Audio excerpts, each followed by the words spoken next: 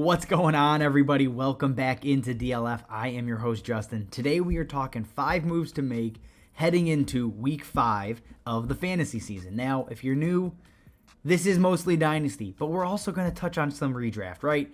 There's overlap. It all kind of runs together at this point in the year. You're just trying to win.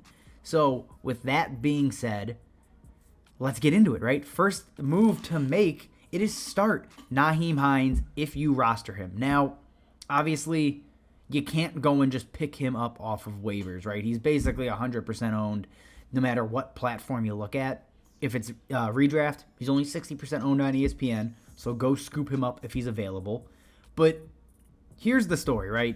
JT is hurt. We don't know the extent at this point. I'm recording this, the afternoon on Monday. So the news has basically just come out. He might play, he might not, but he's banged up, right? We know he's not going to be 100%.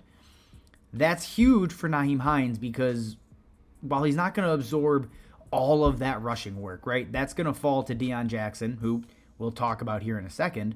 But what we really care about is the number of routes run and the potential pass catching upside for Hines here. JT has run significantly more routes. He has run more routes in every single game this season than Nyhiem Hines. Now, that work should really kind of funnel to Nyhiem Hines. So what does that mean, right? It means a guy that is basically seen, 5 to 6 targets a week, excluding week 4, has the potential to see a massive uptick in receiving work. So if you're in full PPR leagues, Nyhiem Hines could come away with a 20% target share. He could come away with 10 plus targets, right? Is that the median outcome? Is that the most expected? Of course not. But given that we just lost Javonte Williams for the year, DeAndre Swift is hurt, Cordero Patterson now on IR, Montgomery is out, all kinds of running back injuries across just the NFL in general. Hines is a very viable RB2. If I have him in a PPR league, I am putting him in my lineup. The upside, specifically the pass catching upside, is too enticing to leave him on your bench, right? He's a good bet for 10 plus points with a 20-point ceiling this week. This is just set up well for Hines to do really well. The analytics match up, the football matches up. This is a match made in heaven. Get him into your lineups this week. Moving on to the next move here. It is someone I just talked about. It is add Deon Jackson. Now, in Dynasty, he is rostered in only 12% of leagues on Sleeper. And he may not have long-term value, right? We don't think JT is going to miss a ton of games. He might not even miss a single game. But guys can re-injure their ankle pretty damn easily. Deon Jackson becomes a handcuff, and while he has basically no value unless JT is hurt, you have to roster him because now the injury bug is hit. It is here, and that means it could pop back up at any time this season. Deon Jackson needs to be rostered because he's going to get work. Again, you're looking for healthy running backs. You're looking for running backs that can at least get touches or earn touches when they have an opportunity, and that's what Deon Jackson offers. Now, if JT is out this week, I'm not immediately running to throw Deon Jackson into my lineups. Again, in deep leagues, sure, right? He's a low-end flex. He has some rushing upside. I just don't love the potential volume in week 5 for Deon Jackson. So again, happy to have him on the end of my bench, not trying to play him. At this point, he has an insurance policy to Jonathan Taylor. And the next move on our list is another running back to add. Now, if this is redraft, I'm probably not looking to add Caleb Huntley, but in Dynasty, I'm absolutely scooping him up, right? He's rostered in 2% of leagues in Dynasty. Obviously, right, I think we all want Tyler Allgeier. That is who I believe is going to be the lead back with Cordero Patterson now on IR. But he's not available in Dynasty, right? He's rostered in 98% of leagues on Sleeper. He is available on ESPN and on Sleeper redraft leagues, so keep an eye out there. He's my top running back waiver ad this week. But in Dynasty, we're going to Caleb Huntley, right? We're going to the backup.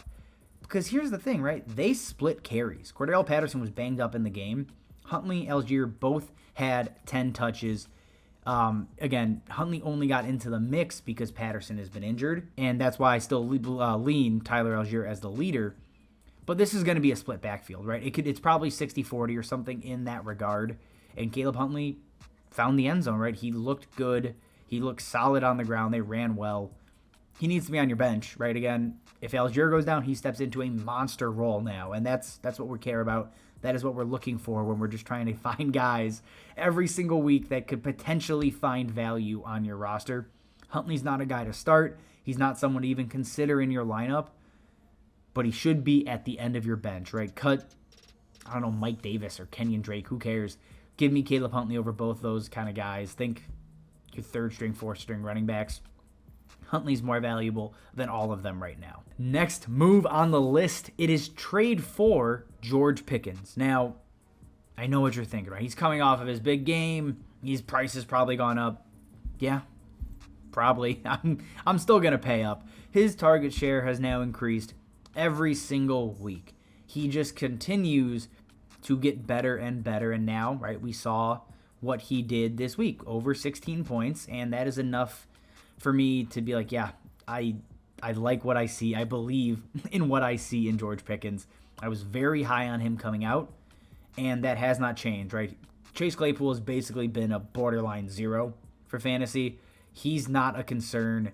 It is George Pickens as the wide receiver 2 next to Deon Jackson, and with Kenny Pickett coming in now, Deon Jackson's target share plummeted. Now, I'm not worried about Deontay long term, but it does give you some feel that maybe they spread the ball out a little bit more, and clearly George Pickens is going to be a massive beneficiary there.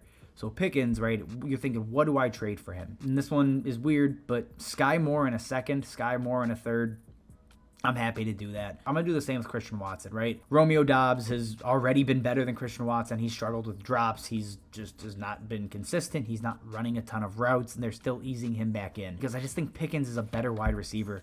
I think the Packers should have taken George Pickens instead of passing on him and taking Christian Watson. So if you have the opportunity to right that wrong and go and get Pickens, go ahead and do it, right? That one's probably less realistic because Watson has basically done nothing and the hype is dead. But if you can get it, go ahead and pull the trigger on it. And to close us out, this one is gross. It is a deep, deep super flex ad. It is ad Bailey Zappi. It's Brian Hoyer's hurt. Mac Jones was crying 2 weeks ago when he got taken off, thinking his entire career was over. He sprained ankle, but we don't know when Mac Jones is coming back. Brian Hoyer left with the injury. Bailey Zappi looked fine, right? He looked fine. He's basically a warm body that if you're missing Tua or Dak or Mac Jones or Trey Lance or a number of these other quarterbacks that have been injured, you're just kind of scrambling, right? I have a league where I'm starting Cooper Rush and Teddy Bridgewater. And I'm going to go add Bailey Zappi because you just need warm bodies in Superflex. He didn't look terrible, right? He challenged, he moved the ball, he kept Green Bay on their toes, and that is really all you can ask for from a guy that had no reps with the starters. I mean, obviously all of camp, and obviously heading into this week. So now he's going to start to get his feet wet. He's going to hopefully improve or get better in week 5 if he's the starter. So I'm happy to throw him on the end of my bench and see what I have, right? He's just a backup quarterback that should something happen, now you have a starter. Like that's what we're looking at, right? He's a Cooper Rush, he's a Teddy Bridgewater, he's a Jimmy G. It's just a backup quarterback. Throw him on the end of your bench, see if he can strike gold, or find a little bit of magic that he can help you win a week or two here. All right, guys, that is all we have. If you got questions, comments, drop all that stuff below. Obviously, if you like what we're doing, subscribe to the channel, like the video, all that good YouTube stuff. As always, thank you for watching, and we will see you next time.